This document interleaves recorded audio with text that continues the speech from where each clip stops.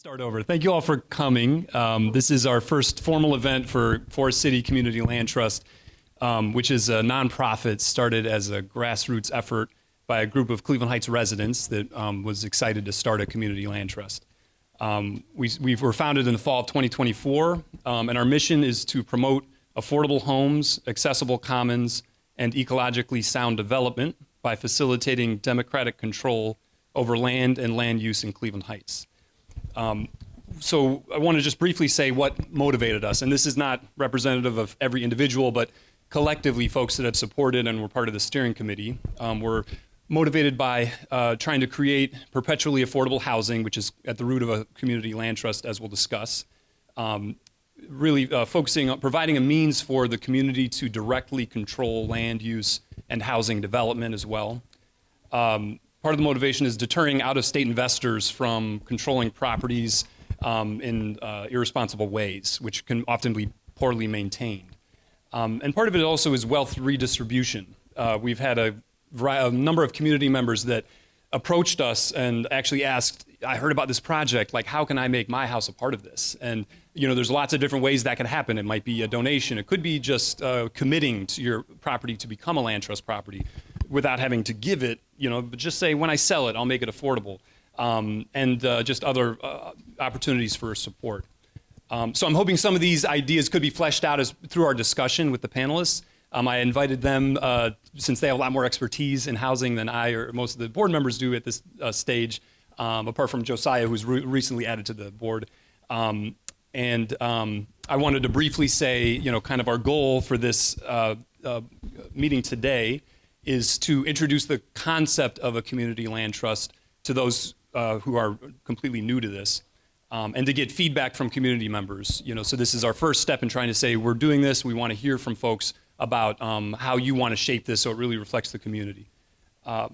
So the plan is that we're shooting for about 40 to 45 minutes of panelist discussion. Just to remind the panelists, we're going to shoot for about 5 to 7 minutes for each of you, except for Marge, who's going to do a longer presentation since she's a CLT consultant.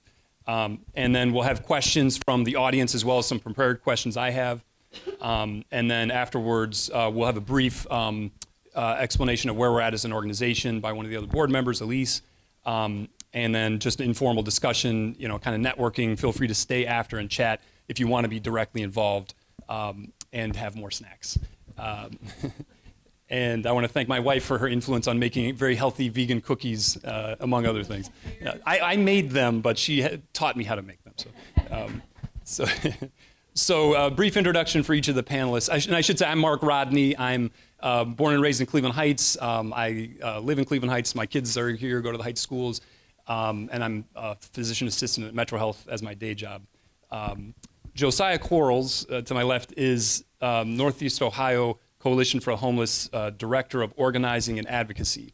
Josiah has a background in grassroots organizing, public speaking, education, sport-based youth development, and multimedia arts.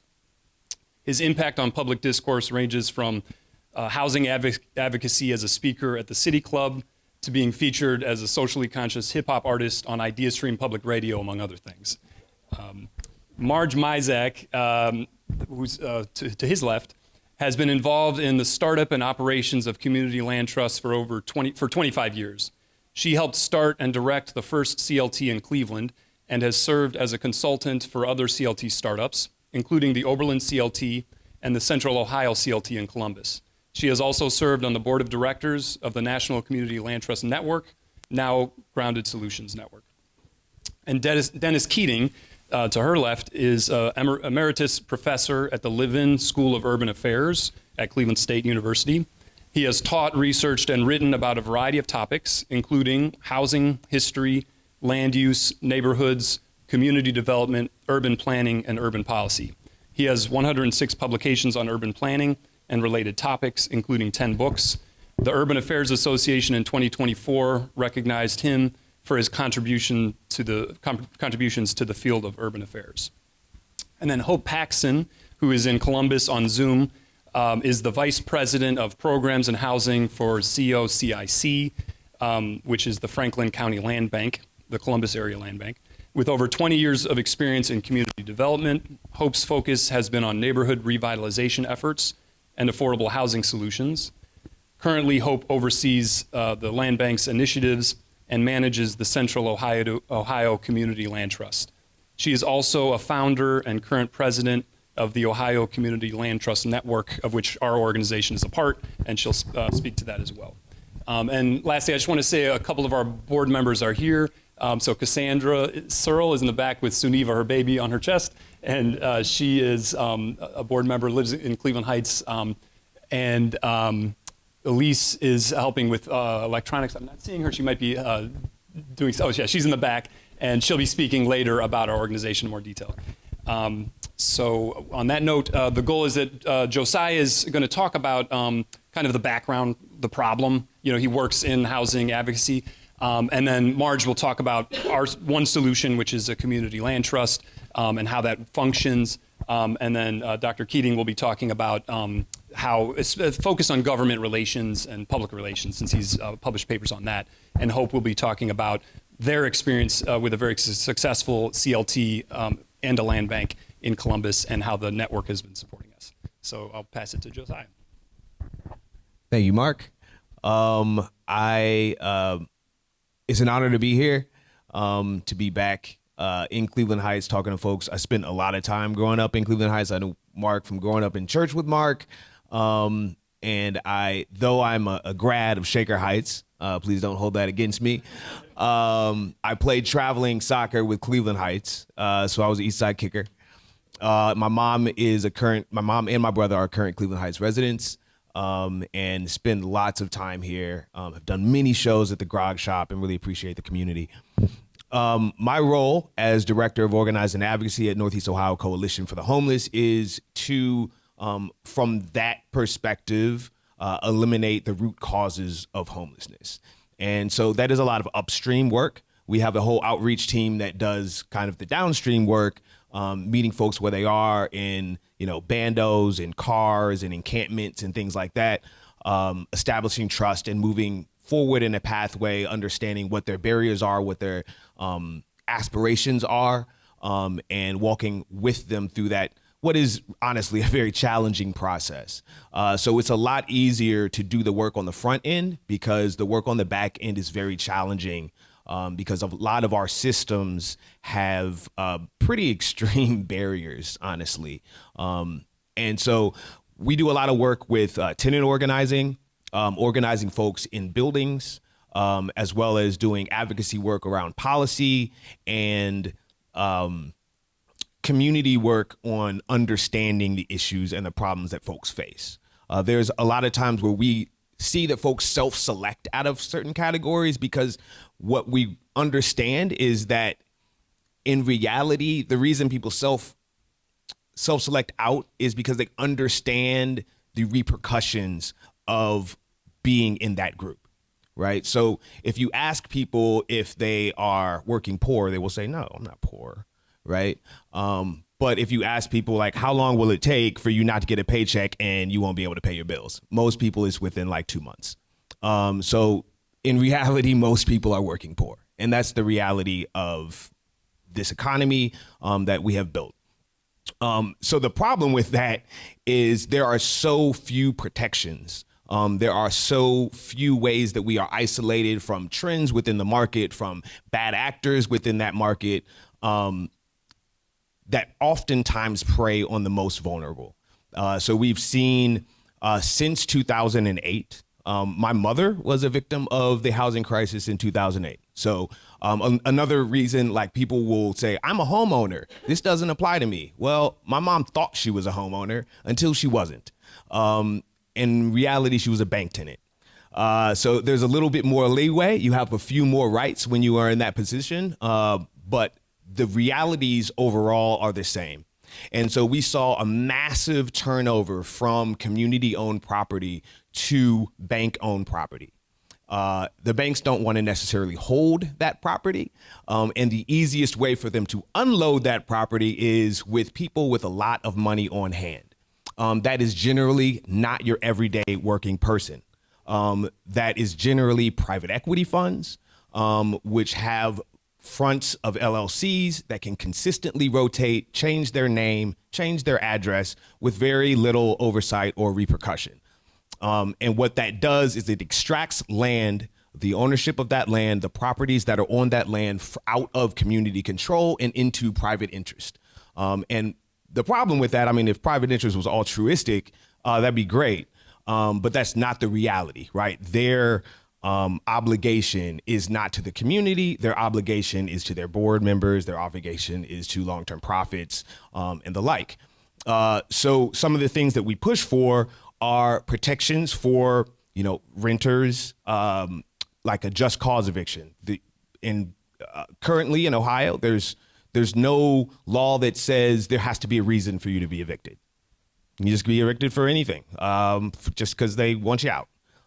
And ownership of property is important and to be able to control that. But I think what's more important is to not displace people and put them in adverse situations. So something like a just cause eviction law would go to that. There's no cause right now that landlords or property owners are compelled to provide a lease. So without a lease, all you got to do is give somebody 30 days and then file an eviction, and then they're done, right? So providing people the opportunity to have a lease at the end of their first lease, so that a lot of times we'll see properties that become purchased and then the new owner wants to raise all the rents, right? But there are folks locked into leases. So those leases determine what their rents were. At the termination of those leases, a lot of times what you'll see is no new leases are being issued. So everyone is in month to month. You raise the rent, people can't pay the rent, particularly the highest entering population into homelessness is elderly folks on fixed incomes.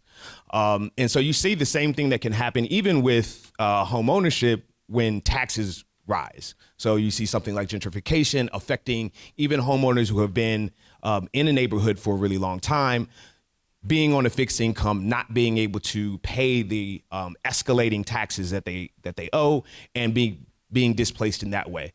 So what we seek to do is to build solidarity across various types of living situations, because we believe that housing justice for all should be the pursuit. In the context of a land trust, I think there's huge opportunities to reclaim some of that ownership of community through things like tenant opportunity to purchase or community opportunity to purchase.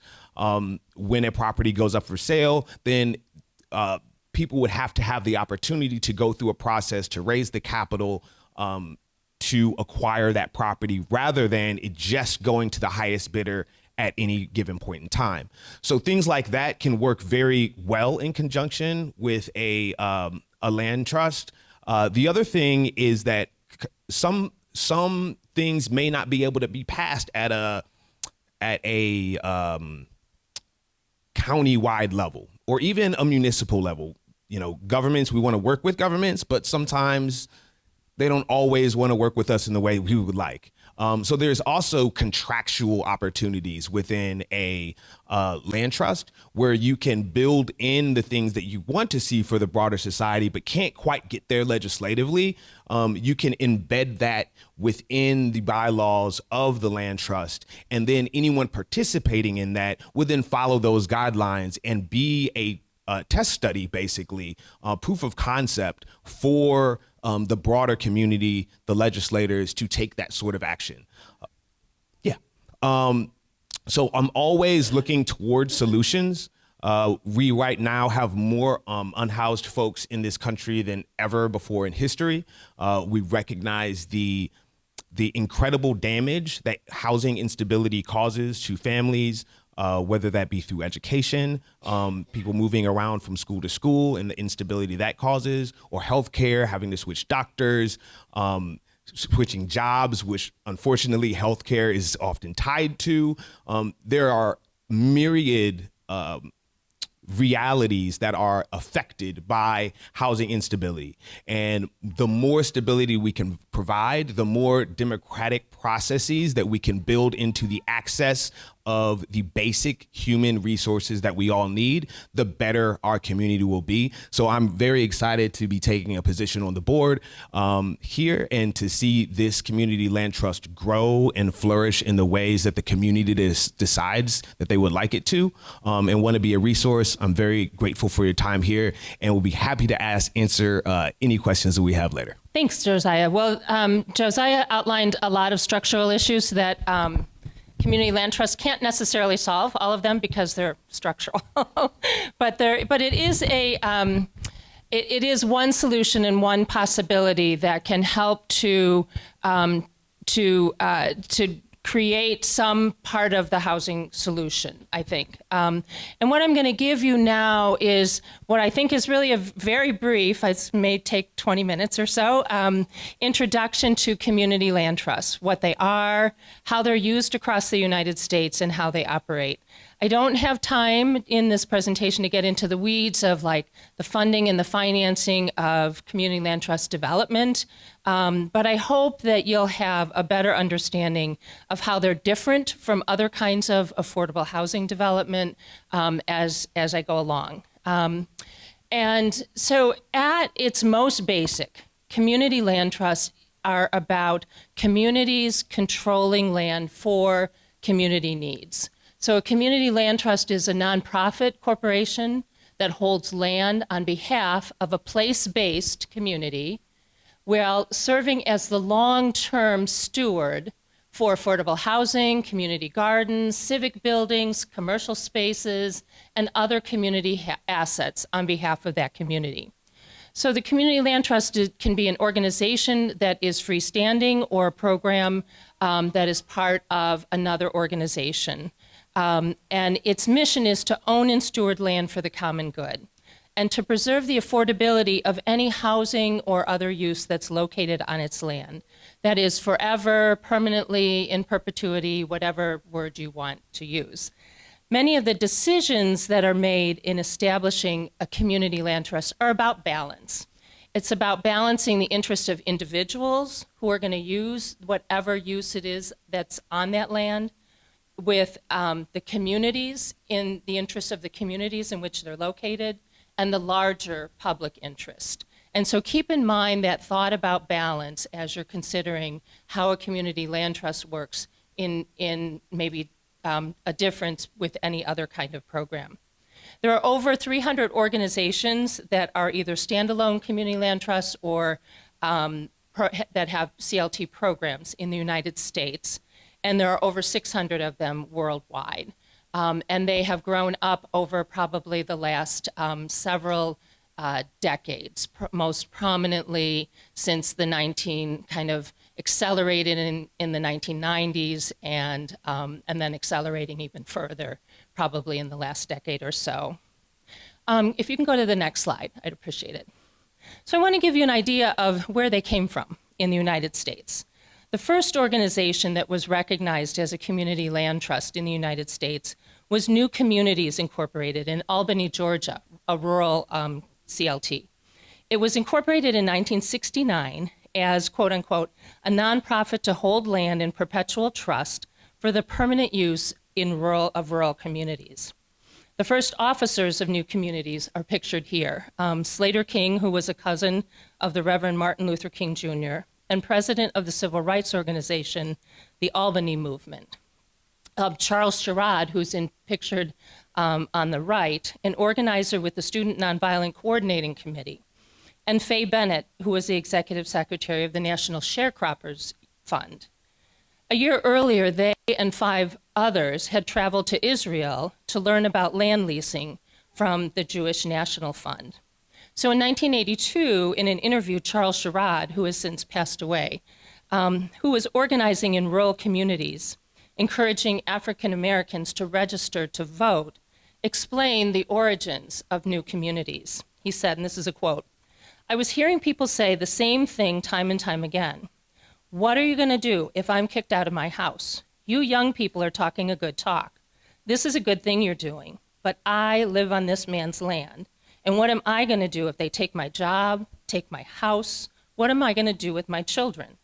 The only solution that one could come to was that we had to own land ourselves. And so in 1970, New Communities purchased 5,700 acres of land in southwest Georgia. At that time, it was the largest Black-owned property in the United States. There's a movie that's available. You can get it through the library. You can purchase it too, but it's available through Canopy, called The Arc of Justice. And that details the history of New Communities, but it also details the discriminatory lending practices of the United States government that led to the loss of their land and then the subsequent story of their rebirth. So I really encourage you to get a hold of The Arc of Justice and watch that story, because it's very moving in terms of kind of how it is that the collective, people thought about the collective ownership of land and how that could provide for security of tenure for people's lives and not just individual ownership of land. If you can go to the next slide. So a key concept in this factor in the conceptual structure of a community land trust, when you're talking about home ownership, and again, we can be talking about all kinds of uses on land trust land, but any type of use where there's like a third-party entity that's going to use the land in some way, and often we think about home ownership. Land trusts that get started are often thinking about affordable home ownership as one of their reasons for getting started.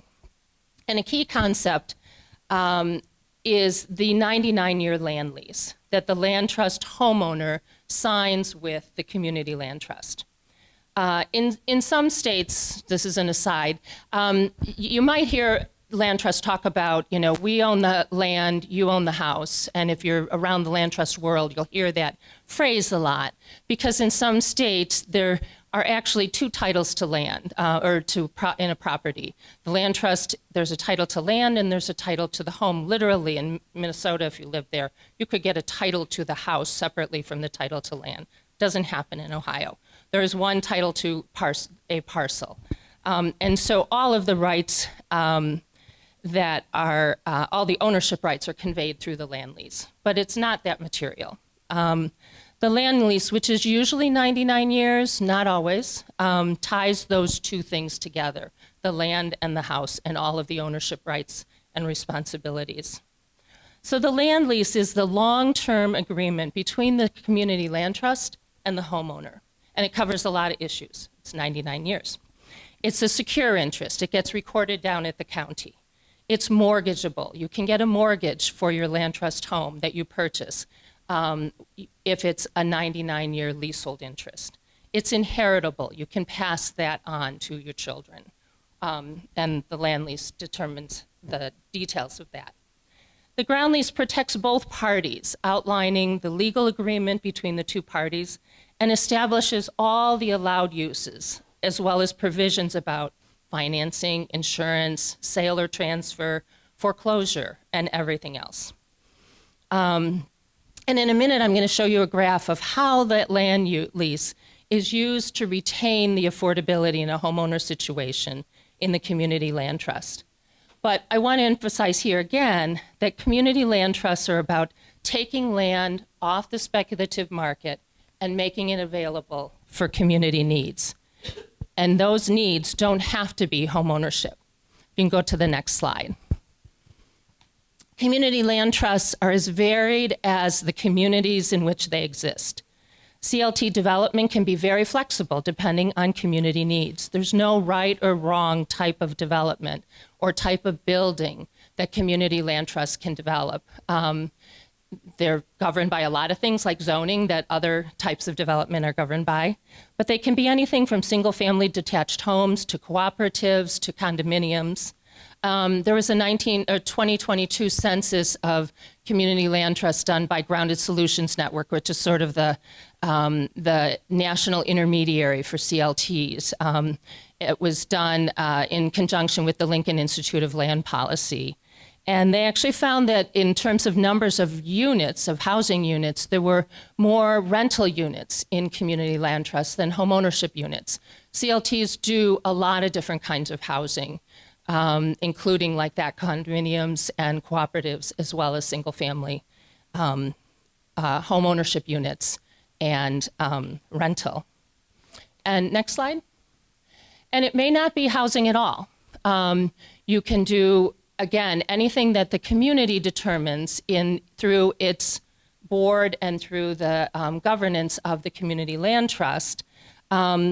You can do retail space, you can do community facilities, urban parks, community gardens are all found on community land trust land across the United States. There's one community land trust, the Southside Community Land Trust in Rhode Island, that is specifically geared towards urban agriculture. They started with community gardens for refugee families, and then they've expanded to do a whole very strong agriculture program where they have farms across the state and farmer training, as well as continuing with their community gardens.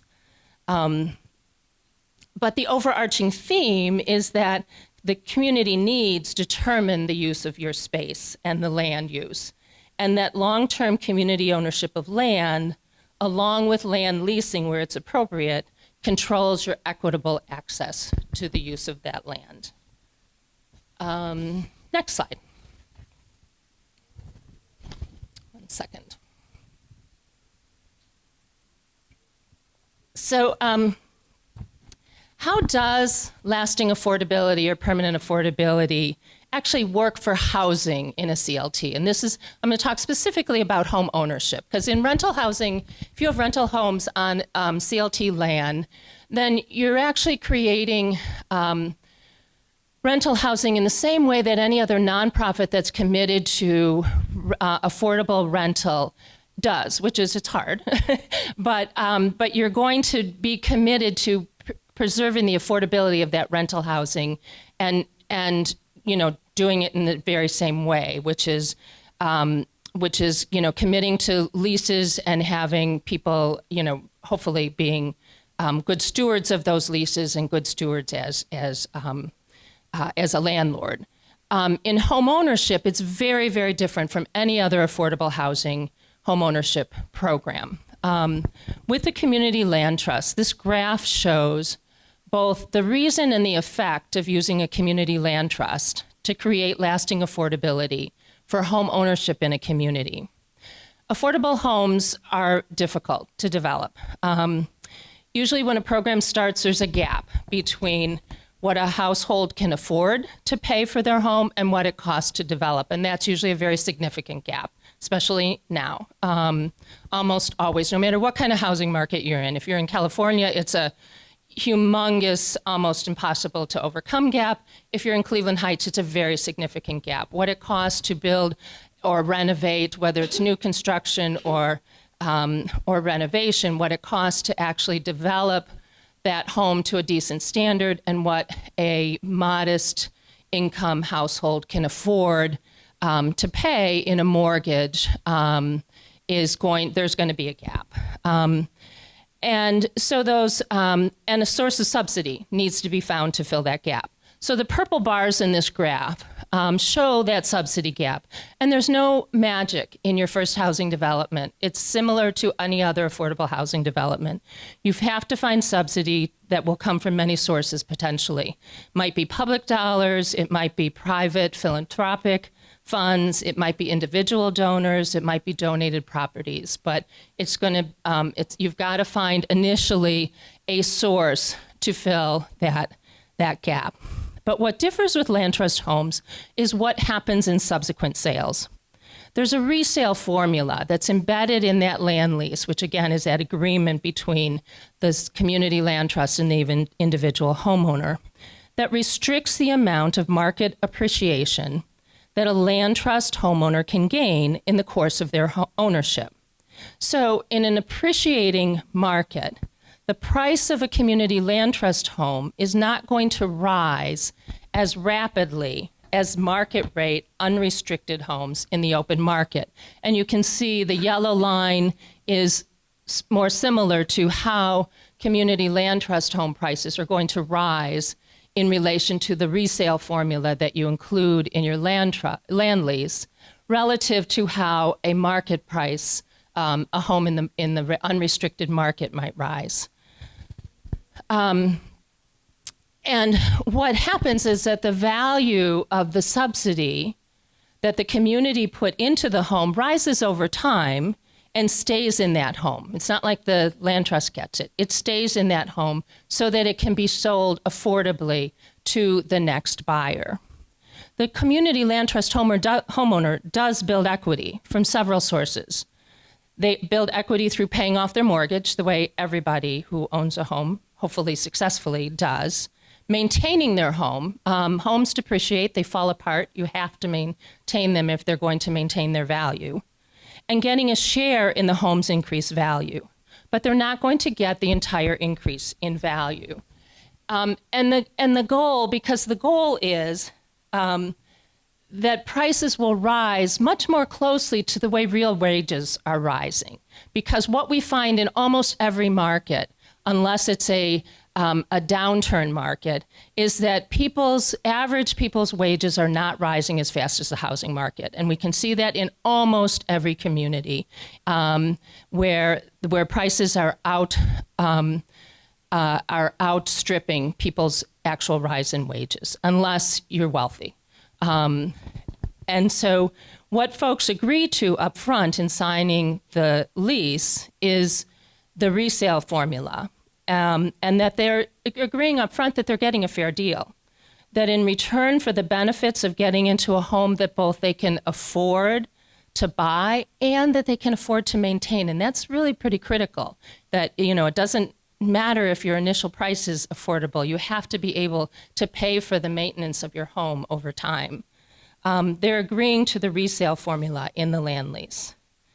And so the effect of that is that CLT home prices rise at rates closer to moderate income home buyers' income, rather than the current market situation of housing prices continuing to outpace rises in wages. So it's really different from a lot of affordable homeowner programs where people kind of win the lottery. They might get help with down payment assistance initially, but then if those houses rise in value with the market, there's nothing that's going to help the next home buyer unless you continue to put more and more money and more subsidy into subsequent home buyers' purchases, and the amount of subsidy that needs to go into it for the next home buyer to purchase is going to increase because the market has outstripped people's wages. Okay, thank you. So this has really been borne out in studies in decades of CLT experience across the country in very expensive markets and in other kinds of markets. So I want to go to the last slide, which is that resale formula. And community land trusts, when they're getting started, will put a lot of time into their land lease, a lot of time into thinking about what kind of formula they're going to use. And there are a couple of different ones that are in place, and Forest City has already thought about theirs. But the real key component is the goal is to achieve in that formula an equitable and sustainable balance between preserving affordability and building wealth. If the buildup of individual wealth allows no affordability for future home buyers, there's no balance. You haven't created what you need to create.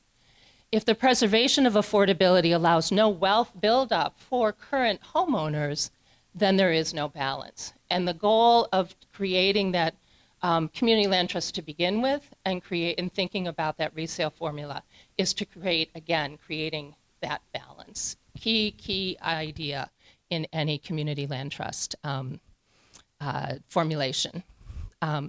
So thank you very much, and I will turn it over to Dr. Keating. Thanks, Marge. So I'm going to talk briefly about partnerships between community land trust and land banks. I don't know how many of you are familiar with land banks or our county land bank, but in 2009, a land bank was created in the county.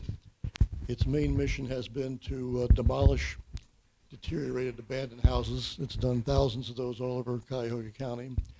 It's since also working with cities like Cleveland Heights and CDCs, or Community Development Corporations, acquired abandoned buildings that could be saved, turn them over to the city or a community development group.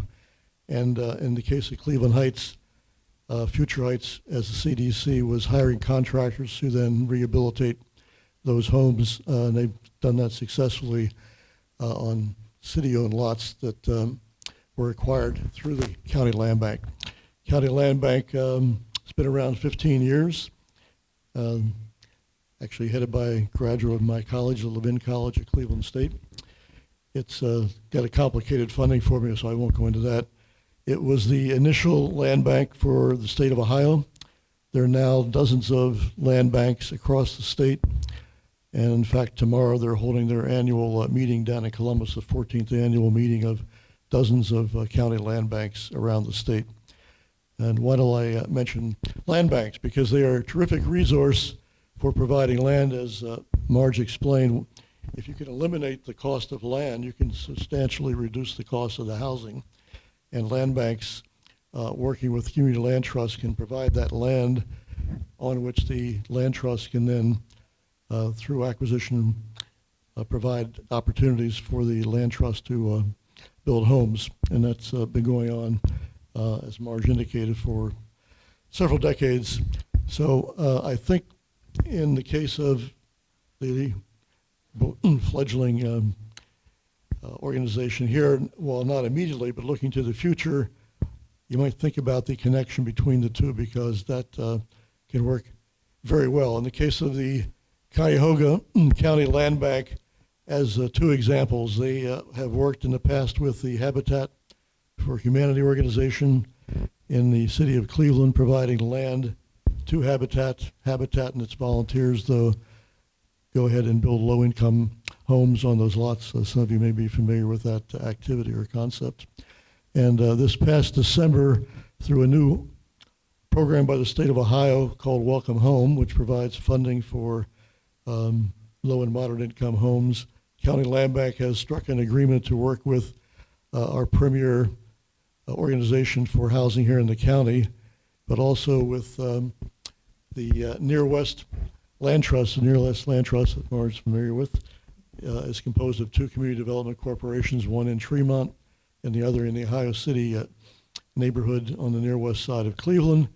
And therefore, what those two organizations and their land trust will be able to do is to go to the county land bank and hopefully acquire some empty land in those two neighborhoods, upon which they will then provide affordable housing along the formula that Marge described. Now, you're going to hear after me from Hope Paxson about one of the most successful partnerships, not only in the state of Ohio, but in the United States, and that is the partnership between the city of Columbus and its land bank and Franklin County surrounding Columbus in a joint effort through land banking and the land trust to provide homes in neighborhoods in initially the city of Columbus, now outside Columbus and some of its near suburbs. And I think looking to the future, that would be a great model to build on. However, it's a little unusual because, first of all, the structure of the land trust is different than the one that you're organizing here. Second of all, the city of Columbus is notable for putting a tremendous amount of resources into affordable housing, more so than any other city in the state of Ohio, including this joint partnership between the land bank and the land trust, so that homes are being built and purchased by families at pretty moderate cost. Yes, Marge? And they've been doing it now for several years, very successful, and stabilizing neighborhoods. That's one of their main goals, is the stabilization of neighborhoods, and as Josiah mentioned, keeping land and homes out of the hands of speculative buyers.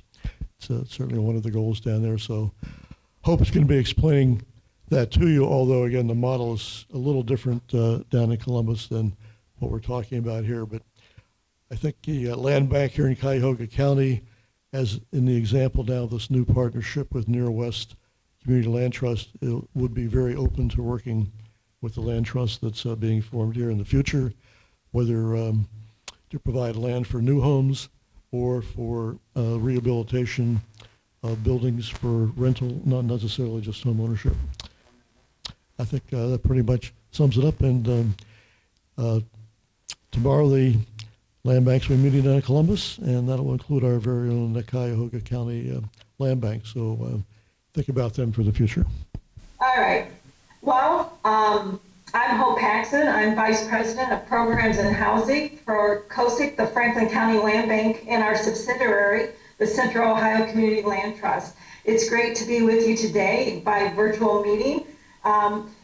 Everything everyone has said, I could just echo about Community Land Trust, but I guess I'm here to offer the perspective of that.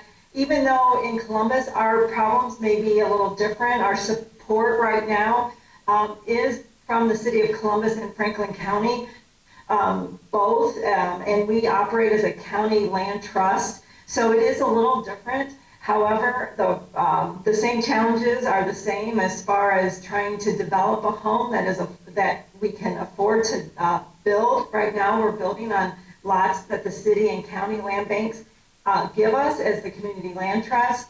But as everywhere, we're building houses at a certain price point, and the people we're trying to serve cannot buy it for market rate. So we, just like every land trust, is offering a house at a lower reduced price, and doing it through a land lease to guarantee long-term affordability, not only for the first household, but the second and third, and everyone else who follows. So, the challenges of a community land trust is just to make sure everyone understands it. Stakeholders have to understand what a community land trust is. People you're trying to sell them to, realtors need to understand it, lenders need to understand it. So it is very similar, no matter what scale that you're doing, that a land trust takes a lot of talking to make sure everyone understands what's going on. So here in Columbus, our average house cost right now is $367,000 to buy a home. So our numbers are a little different in Central Ohio, and we have projected growth, tremendous growth in the next 20 to 30 years. So if we don't start talking about permanently affordable housing, people will continue to be priced out of the market where we want them to stay, work, and live. So this is timely for us. Since we've launched as a community land trust, we have built 138 homes. We have 70 more right now in progress. But again, with tremendous support from both the city and county, and this is really what they're needing us to do right now. So we are busy, but we are excited because we have changed 138 homeowners, families, given them an option to be a homeowner.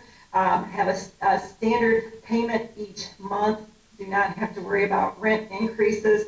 And the stories that I could just go on and share about are just stories of the heart that just are changing and giving people options here in Central Ohio. As Mark mentioned, I am also serving as president of the Ohio Community Land Trust Network. We decided it would be a good idea to form and join forces so that all the community land trusts that are established and all of those who are thinking it might be a good idea can come together and really work on promoting community land trusts at a state level. Not only for capacity building, but also to get the word out that we are established, and we can also hopefully start to apply for funding that comes at whatever level, federal, state, whatever is out there. We want to make sure that community land trusts in Ohio are recognized as a solid housing development option for permanently affordable housing.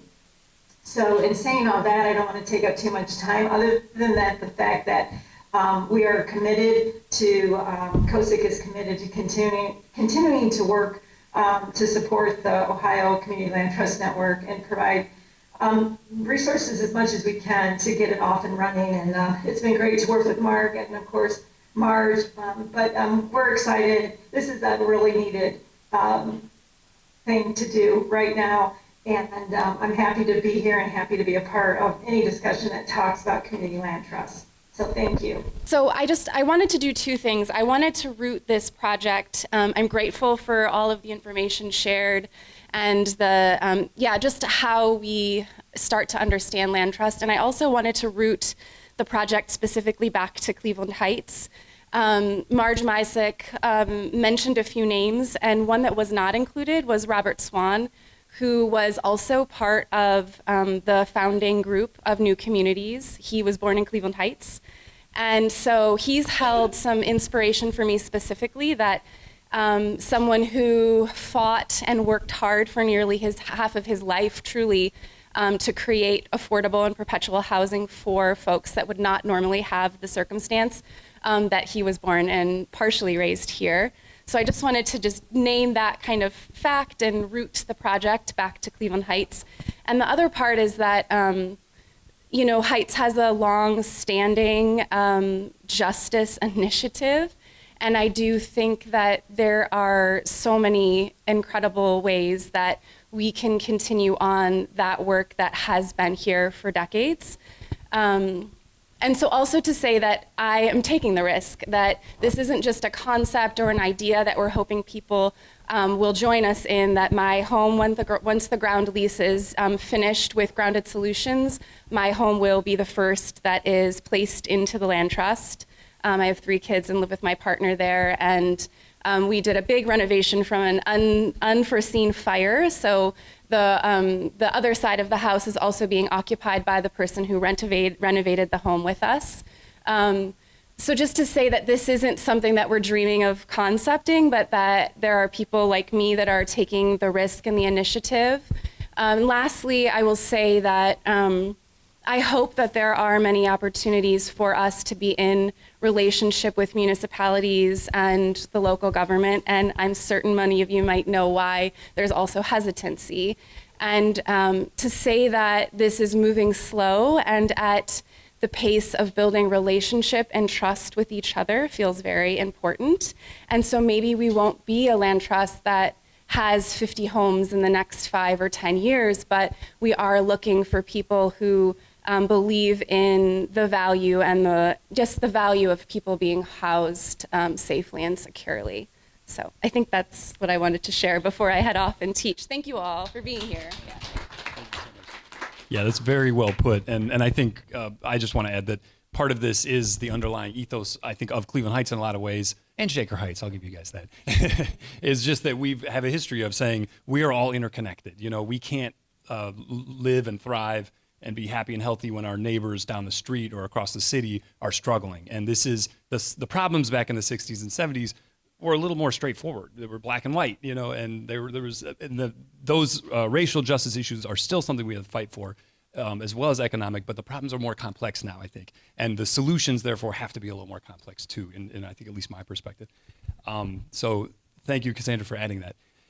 So Josiah, I'll start by asking, what other models apart from a CLT could serve similar goals? Why not focus on those? Or maybe why should we also focus on those? How do we balance equity with guardrails to ensure success? In other words, we want to give these opportunities, but how do we make sure that we're not setting someone up for failure because they're struggling in so many other ways?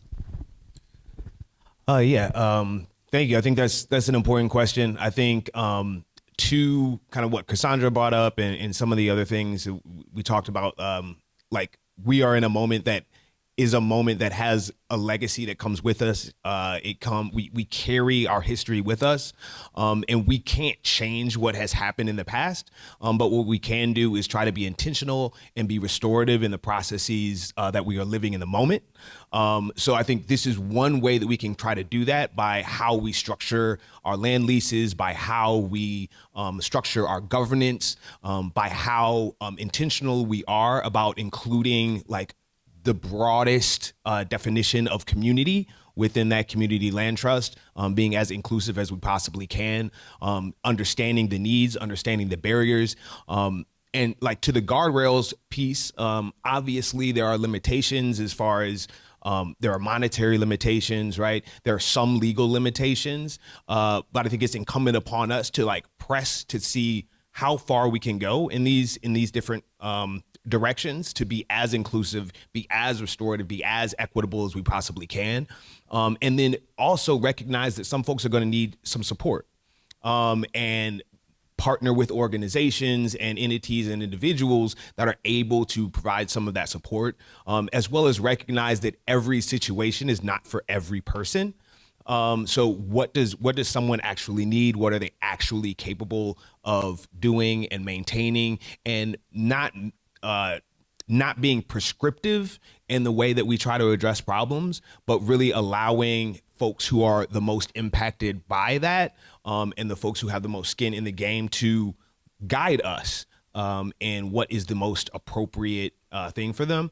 As far as like other things that are needed, I think I touched on it a little bit before, but there's a whole list of like legislative stuff that I would say, like, source of income protections, right?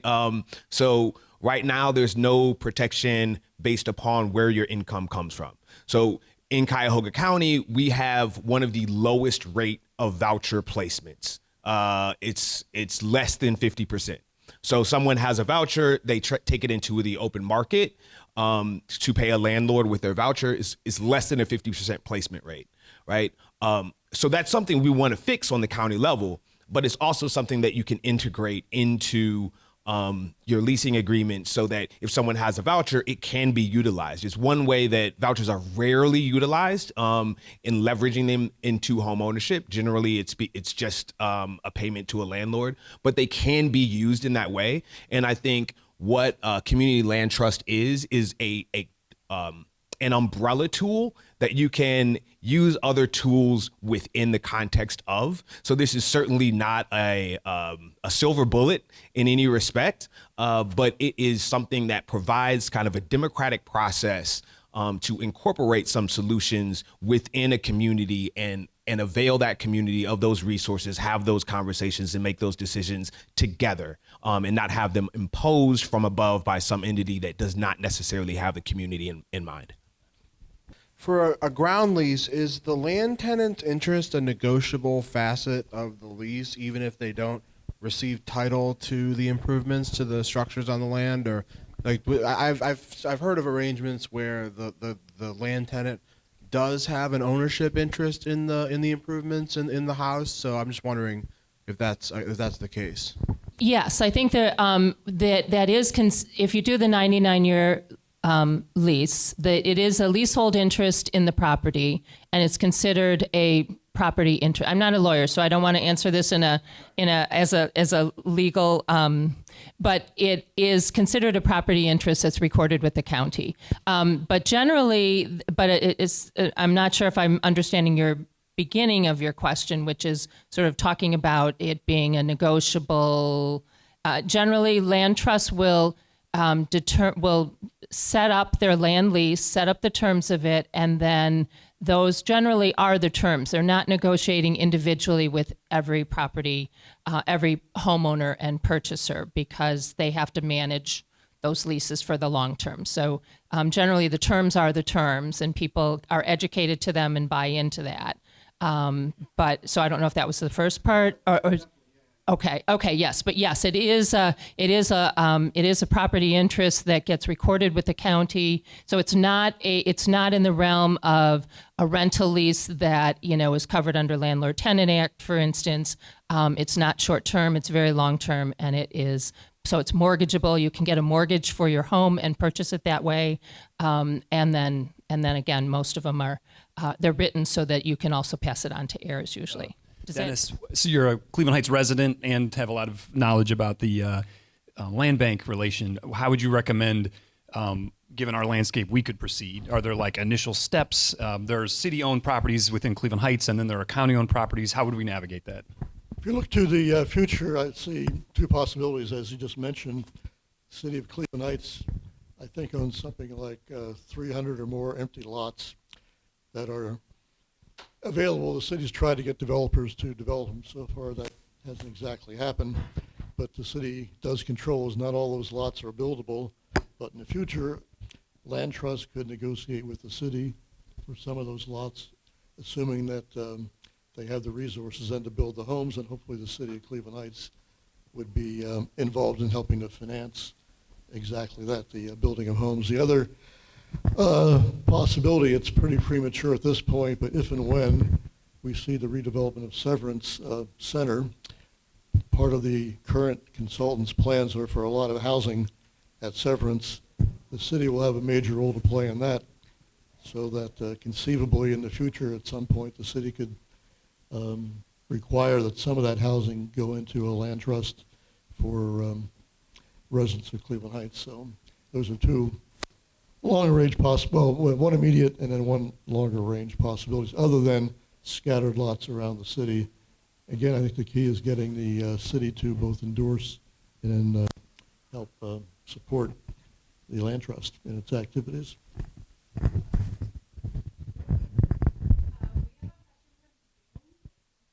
David, you can go ahead with your question now. Thanks. And two questions, actually. One is regarding the inheritability factor. I'm curious how that works in terms of the 99 years. So, like, in particular, you know, if an inheritance happened 98 years into the 99-year thing, you know, just sort of how would that work, or do those get renegotiated or re-ups and what have you? And I'll just briefly add the other one is curious too in your graph with the green and yellow lines, like what happens in a declining market? How does the rule set up for that? Thank you. Okay, so the inheritance question, generally people are not, so the lease is generally written so that it's written for 99 years and it's renewable for another 99. But generally, people don't own their homes that long. They don't live that long in a home.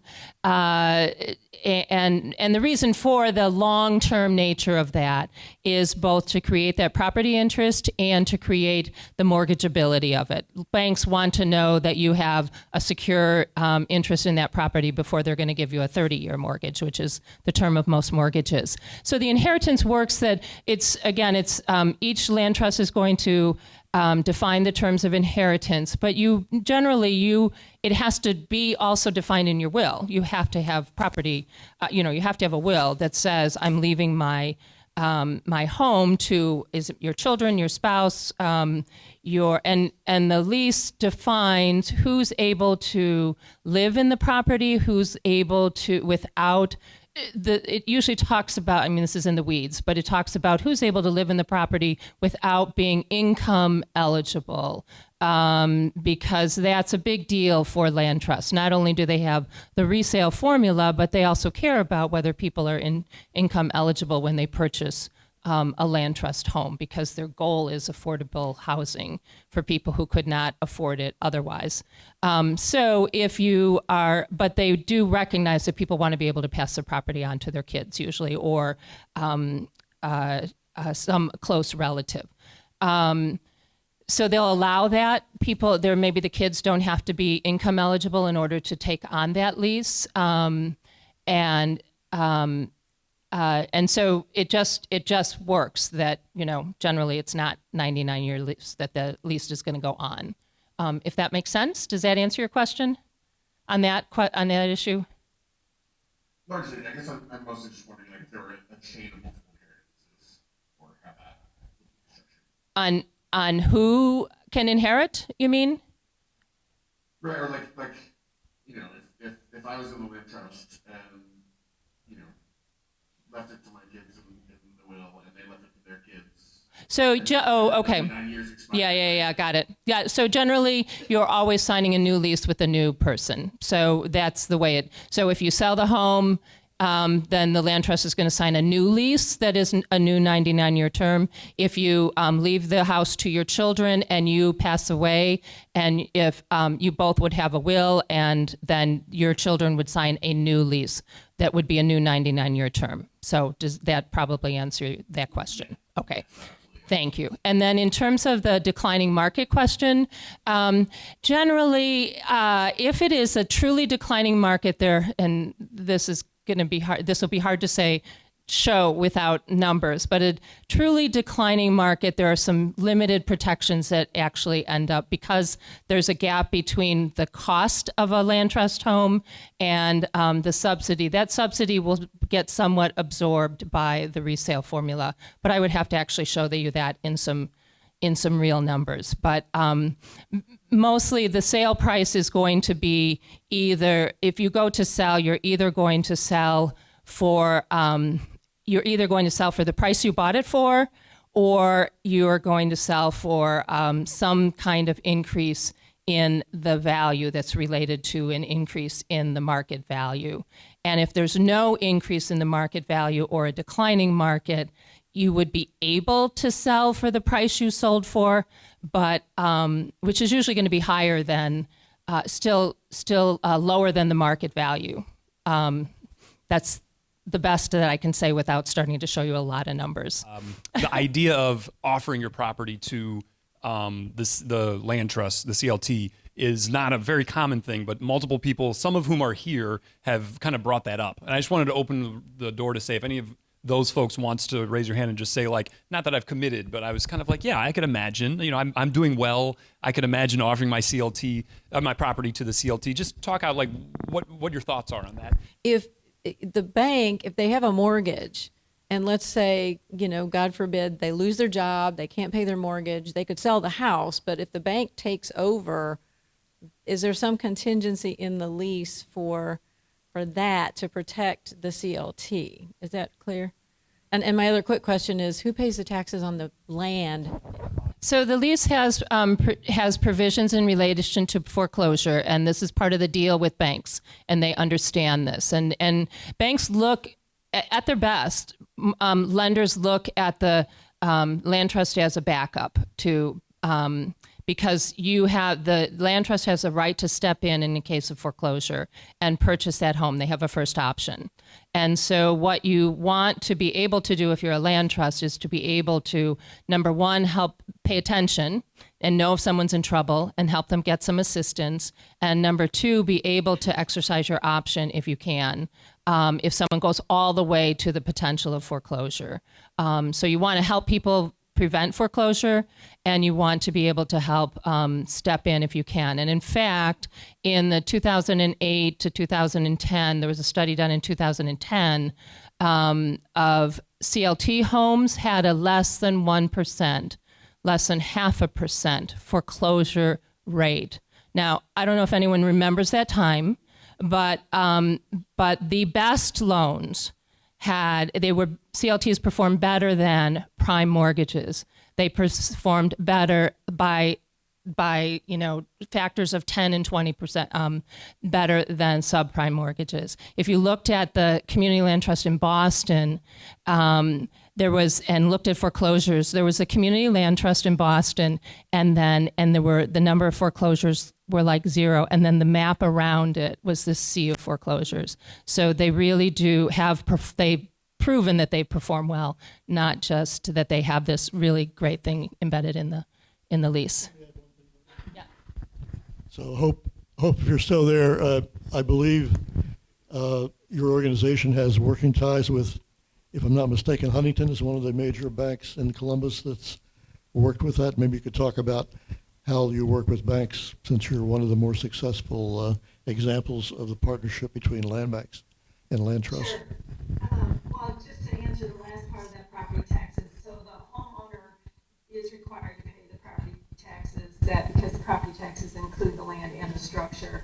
And the network is wanting to be in those conversations, as most affordable housing programs want to have a conversation about what we do with taxes, property taxes, as they continue to increase and really start to hinder what all the affordable housing programs are trying to do. We can work on the housing numbers, but if the property taxes continue to increase, we know we're going to have a problem long term. So hopefully the network can be in those conversations, and we can see at a state level what possibly could be done. But as of now, the owner pays the property taxes, which includes both the land and the structure.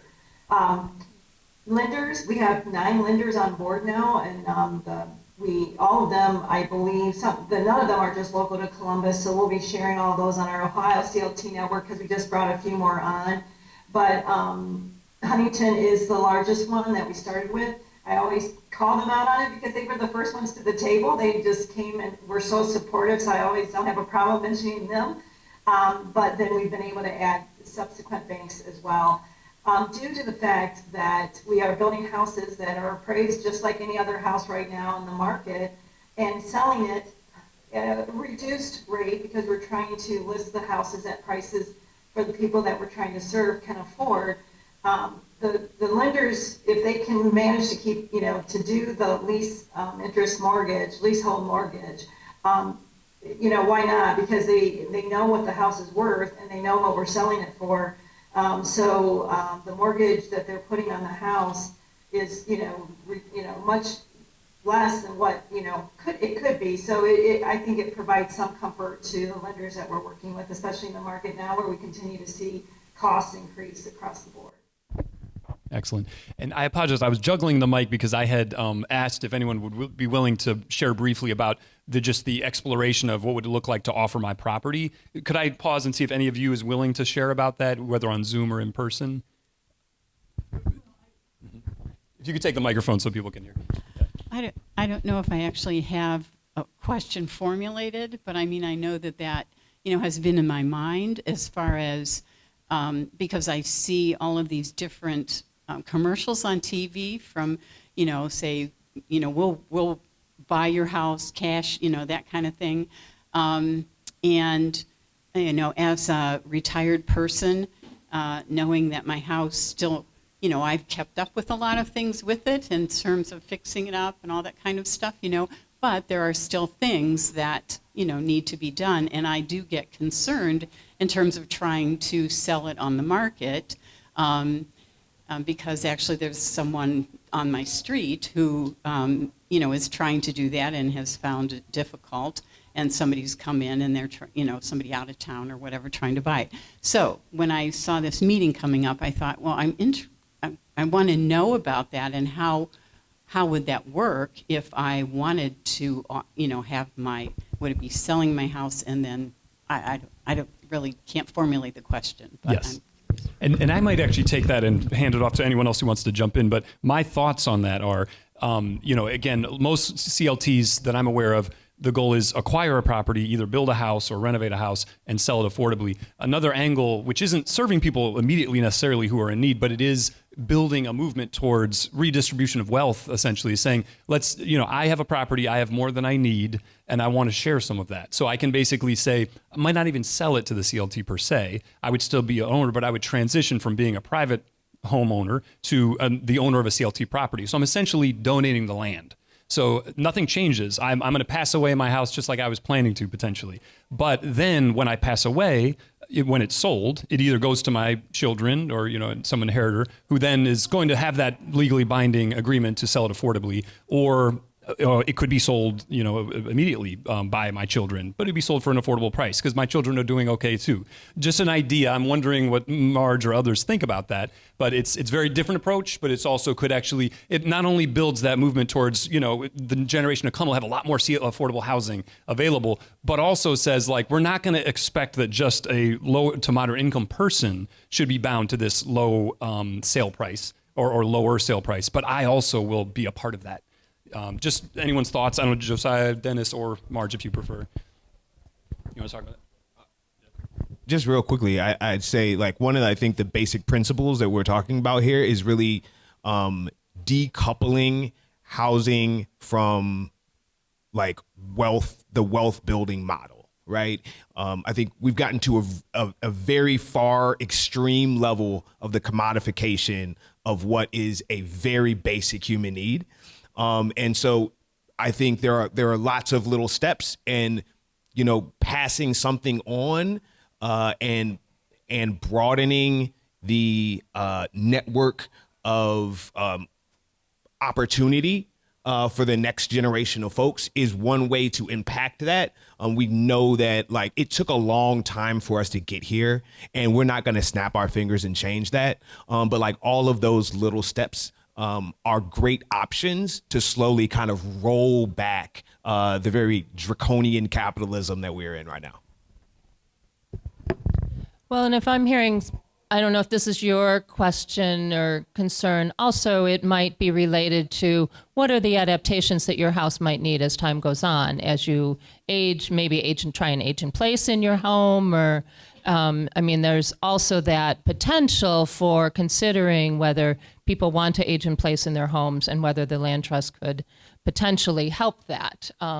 And there are it's fledgling because it's a challenging thing to think about and finding the capital for it, but the potential for helping people to age in place in their home and turn those homes into land trust homes, because it's, less risky probably than something like a reverse mortgage, which puts you at a fair amount of risk actually, but it also helps potentially to get the kinds of adaptations that people might need if they want to stay in their homes. But then you're also dealing with the question of can homes be adapted? And I'm not sure that's so easy on a lot of them. But And I should walk back my statement. If you want to just give us your house, we would accept that too. No. Yeah, and actually you also are going to talk to that. So could you get the mic to Shlomo in the back? Is that okay? Thank you. And then we'll open up to other questions. I know there were two of you waiting. We'll get to you. Hi, yeah, just to amplify some of the philosophical discussion now. I'm at the point in my life where I'm able to invest in owning a property, even building a property. And I guess the way that I look at it is my home is not just a physical structure. It's also the community that I live in. It's also the country that I live in. And so when I invest in a home, if let's say I change the wallpaper, right? No one, like even the most cynical home flipper type of person wouldn't look at that and say, well, why'd you do that? You didn't raise the value of your home. Because we implicitly understand that if you change the wallpaper, maybe it's a loss technically, but you live there. So you want that. And I guess, my parents, I think they tried to set a good example with giving money to charity and thinking about other people and, being involved in the community that way. And when I think about charity, sometimes I get stuck in this kind of thing of maybe there's a leaky bucket and charity is kind of like putting water into the top of the bucket, but then there's this other thing you can think about, which is plugging the hole in the bucket and actually achieving structural repair, structural change, which is not to knock the impulse to give charity and to help people, of course. But I guess if I'm going to rationalize some kind of monetary loss, technical monetary loss that I would be incurring by contributing to a CLT personally, it feels like it feels like I'm giving in the form of creating institutions and affecting structural change in kind of the broader home that I live in, if that makes sense. Nice. And maybe I'll suggest two more questions. You both had your hands raised. I think. Sorry. I think David.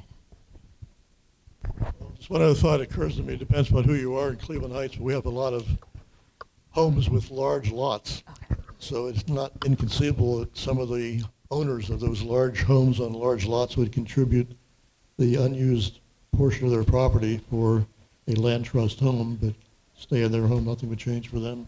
But we have a lot of interesting space in older homes in Cleveland Heights.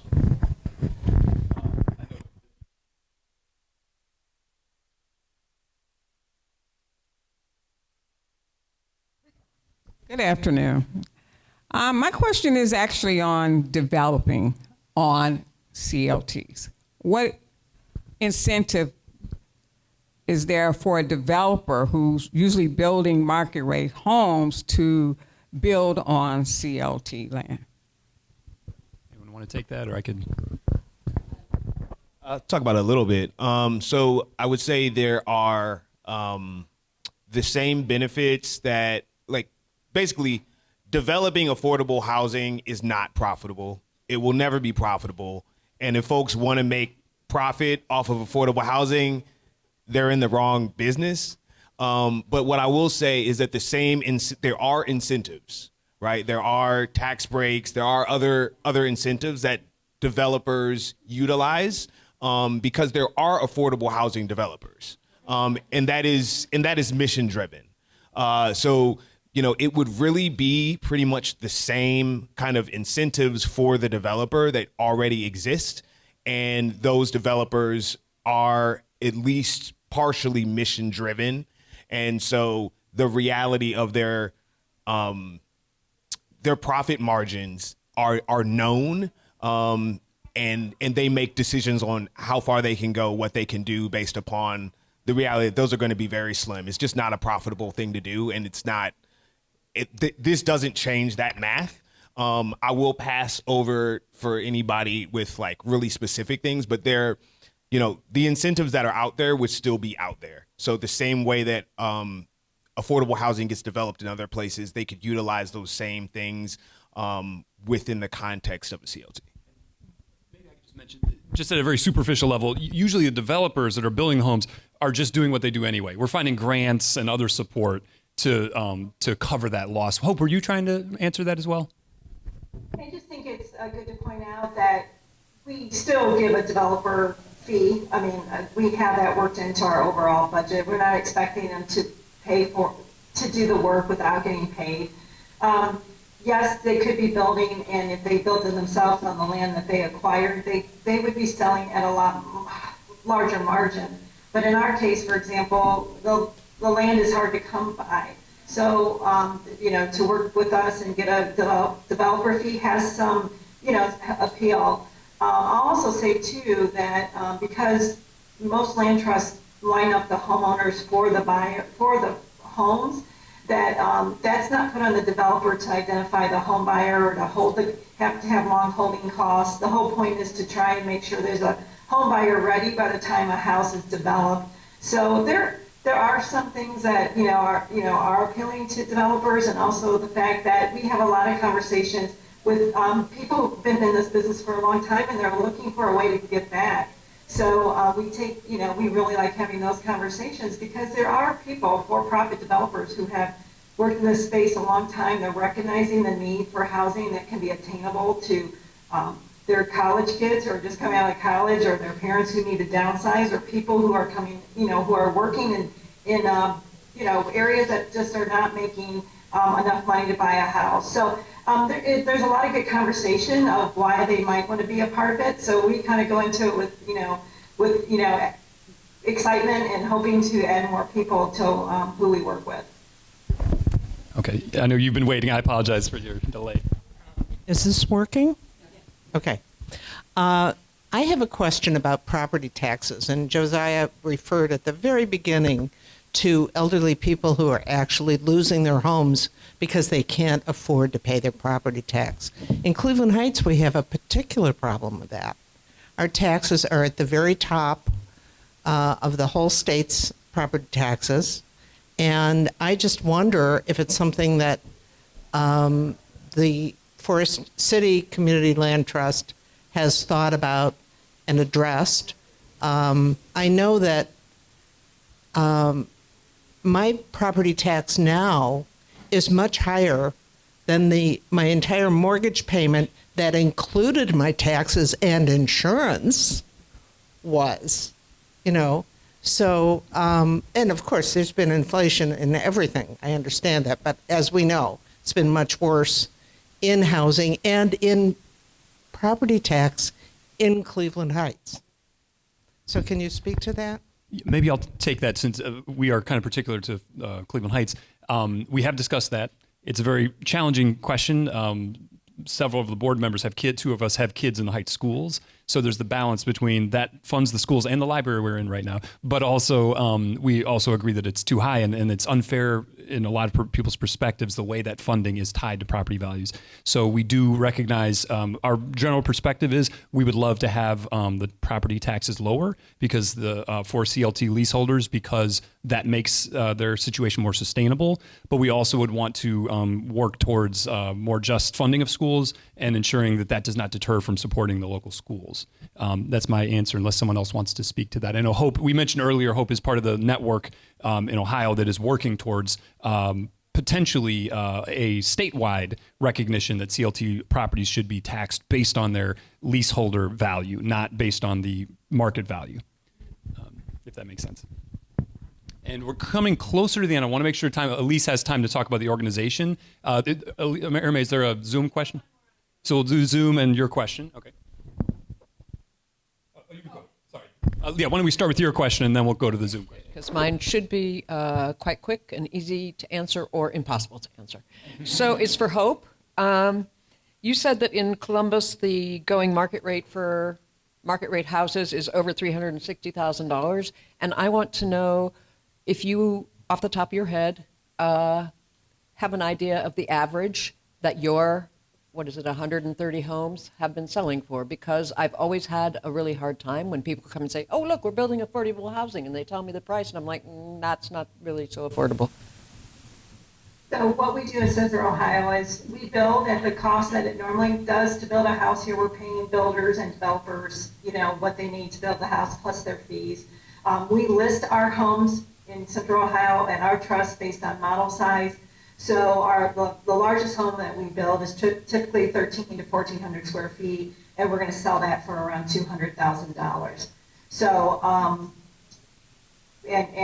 because we are listing the houses at the price that our target, the people we're trying to target and serve, which is 120% area median income. That means a certain range of income per household that we try to serve.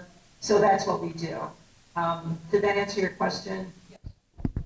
Yes, it did. Hope, can I add your sales price write down in addition So in addition, what Columbus also has is some additional funds that they can, for people who are in lower income levels, they can reduce the price by as much as $50,000 below that $200,000, or some of your homes are $185,000, I think, because they're smaller homes. But so they can reduce their home price further to folks who are lower income. So they can go as low as about 75% of AMI is area median income is, and they're able to reach a much wider range because of their funding sources. That's what you were referring to about the subsidies, right, Hope? Yeah, so there's always going to be development subsidy, what it costs to build compared to what we're going to sell it for. So everyone gets that. If we are trying to serve a whole range of people from, about 60% AMI all the way up to 120, which, varies based on household, but a typical one-person household would be right around, I think, 72 to 75,000 that they could make. Family of 4, I think, is like right at 100 something. So I don't have those numbers in front of me, but the whole point is that we are able to even write it down a little bit more based on their income, because we're trying to really serve a whole range of what we call low to moderate income individuals, families, and then also kind of that working middle that we talk a lot about too, and that's why we go up to 120% AMI. Every land trust does not go up that high to the people that they serve in their area. Again, that's kind of a decision made at a level for every land trust, but that's what we do. So I just want to add, Josiah mentioned the problem that low-income renters with federal subsidies often can't find anybody to rent to them. So if a city like Cleveland Heights had a policy wanting permanent affordable housing, they could use subsidies to supplement what the land trust does to bring the price down. For example, Cleveland Heights already has a subsidized low-income down payment for buying a house for certain income categories. But the city would have to have a policy, and like Columbus and other cities that work with land trust, be willing to help with subsidies, at least for some targeted populations. Thanks. Yeah, I just wanted to chime in that for me, one of the things that's interesting about all this is, I'm in a position where, I was kind of priced out of the area that I grew up in, but also have the privilege of having some inherited wealth that allowed me to buy the house that I'm in now. And as part of my earlier question, I don't have kids, don't have any plans to have kids. And so what I'm aiming for is to figure out how best to pass this wealth that I've inherited on, or pass it forward to folks that have been historically pushed out of that inherited wealth situation, whether that's indigenous folks or black folks or what have you. And so, just chiming in that's definitely something I'm thinking about. Is like, is the CLT the right way to do that? Is finding an individual family that's in need to do, the right way to do that? That kind of thing. Yeah, thank you, David. And I think that I'm wondering if we might start a kind of group, maybe a committee that could explore that, because I think that's really noble of you, and other community members have mentioned that as well. So we'll keep people in touch with that. And I just want to remind you, there's an email listserv. You can sign up on the back if you haven't. I wanted to plug the co-op housing group through Cleveland Owns. And we'll include that in an email, a link to their group, which is coordinating cooperative housing. And we're coordinating with them because there's a lot of overlap in our missions. And we're nearing the end. There was another question, and I might shift to Elise, and then there'll be time to hang out. Unless someone else has like an urgent question they really want to present to the group. Okay, let's do two more, and then we'll shift to Elise. I think you. I just wanted to ask Dr. Keating if he could clarify what you just said regarding Cleveland Heights policy, and also wanted to clarify that we do have source of income legislation that was passed by our mayor before he was our mayor. So thank you, Mr. Sarin, for doing that. However, you will still find numerous landlords in Cleveland Heights who say no Section 8. So I think we really need to be very loud and, housing, I think one of the things with regard to the recession and a very long battle that I did with some neighbors on the foreclosure bond here, which just met with a brick wall for that longtime council. They just didn't want to hear it for many, many years. We couldn't get past the white gloveness of Cleveland Heights. And right now, we still don't seem to be able to get past the white gloveness. And if you know what I mean by white gloveness, it's... Thank you. Some people who've lived here for a very long time, even though they want to stake their, I was involved with the St. Anne audit or whatever, all the stuff and the history, and yet not those people. So the other thing I wanted to point out is that with subsidized housing, you have many people who don't want that development. We just had a big eruption about that. So I know that millions of dollars of federal aid, maybe federal aid will go away altogether, but is being left on the table because people won't accept vouchers because they don't want those people, poorer people in their rentals. But I guess what I'm trying to get at is you've offered this and this and this and this, and there's a whole web of opportunities. How is this group interfacing with our Cleveland Heights government? I'm glad you brought up Cleveland Heights does have source of income protections on the books. Cleveland Heights is not enforcing source of income protections. I think one of the great things about a situation like this, I'm an organizer, so I see this as an opportunity to organize. Right? When people are having these conversations, when you're building democratic processes, you are learning about situations, you are learning about what is on the books, what is actually being enforced, where are the opportunities for us as a community to lean in to building these bridges, to making these connections with folks that you may not normally come in contact with, but are a part of the broader community and are coming to a space like this to be generative. And so I think this is a real opportunity to push forward, whether that be at the city level or the county level, come together with other organizations that are interested in these like shifts in policy, shifts in access, shifts in investment, and really push that forward from the community level upwards. Because I think that's in the end what it takes, while we're still having these conversations at a higher legislative and elected official level. I was just going to mention the existing source of income legislation and that it isn't enforced, as along with many of our housing codes, which are not enforced. I just wanted to take a few minutes to talk about the projects that Forest City Community Land Trust currently has in the works. Of course, we're really excited about joining the first property to our community land trust. We're finalizing the ground lease for a house that's right at the corner of the streets Compton and Altamont. And Cassandra, who you met earlier, is one of the residents there with her partner, Chris. and their family. So we're super excited to be able to launch our project with one house in the land trust. And as Mark has mentioned, if you are a property owner and you would like to join your property to the land trust, we will have our ground lease finalized very shortly.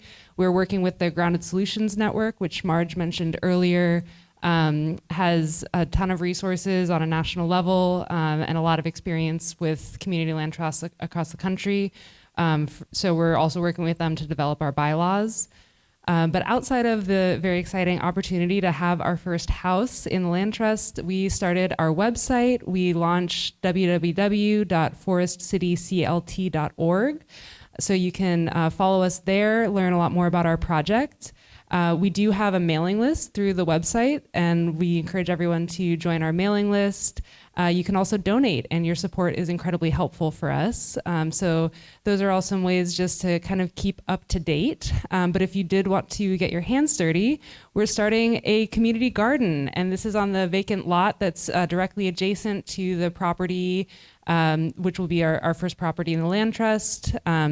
And we are excited about using this as an opportunity for commons and some of the sort of alternative land uses that Marge mentioned in her presentation. We really want this to be a vibrant space that brings the community together and hopefully also provide some food. It's going to be a location where we host some block parties, so definitely keep your eyes out for that. There will be a bounce house in the future. Just throughout all of these practices, finding ways for community control and democratic process is really at the heart of what we're trying to do. And so we want to hear your voices. We want you to be included, and really appreciate you coming out. Thank you again. And just the last thing is that we do have this information reflected on a handout. So hopefully some of you picked that up. There's more at the back. It has our website and our email and some links for NEOC and the Ohio land trusts. Please join our mailing list. And I just want to throw in a couple quick things. We are, as part of the block party, we are trying to focus on arts and music. Josiah might be involved in that, hopefully, and other folks as well, kind of open mic. So if anyone's interested in that, please reach out. We also are in touch with the city. There is a council member here. If he would want to be identified, you're welcome to raise your hand. Craig Cobb is back here, and he's been very receptive and willing to meet, and we're going to try to have more formal channels to meet with council and others. And then they're all part of one of the board members, Gavin, is very engaged in developing a democratic decision-making tool process in a time of challenges to democracy. We are seeing this as central to our mission. And if anyone's interested in that, please reach out, because he's really, Arame's been involved in that. And we're hoping that others will also be engaged in that way. And I think that pretty much covers all our, please stay for discussion. There should be more food left, hopefully. And we thank you all so much for joining. Appreciate it.